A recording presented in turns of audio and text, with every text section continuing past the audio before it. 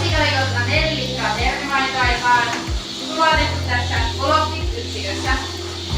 Tämä Colofix on todella helppo käyttää. Se on todella nopea ja turvallinen termimaitoa ajatellen. Siinä vasta-aine pysyy hyvänä sulatuksen aikana. Termimaito lypsetään aina robotilla ja jos vasta-ainepitoisuus termimaidossa on hyvää, pakastetaan 4 litran pusseihin tällaisiin Colofix-salkuihin. Colofix säästää meidän karjanhoitajien aikaa. Se sopii todella hyvin meidän tilalle ja me ei kyllä enää karjattaisi ilman sitä. Hyvin hoidetuista vasikoista kasvaa todella hyviä lypsylehmiä.